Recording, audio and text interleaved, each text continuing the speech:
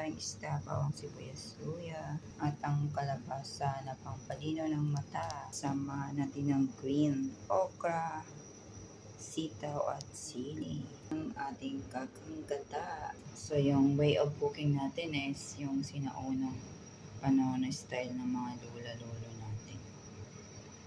Ayan, tawag natin sa Bicol taw-taw. Taw-tawin yung malaga na gata at ricaro tsaka yung sahog.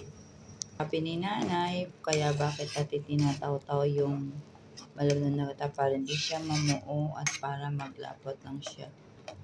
Saka small fire lang. Ayan, ilalagay natin ang ating kulay mga mi. Ilagay natin ang sa mga mi. Sitaw. Mga mi, lagyan natin ang kakanggata. Ito siya mga mi. Magtira ko ng sabaw ko. Yan, small fire lang tayo mga mi. Tan mga mi, craving satisfied tayo ngayon sa ating ginataang mixed gulay. Bye!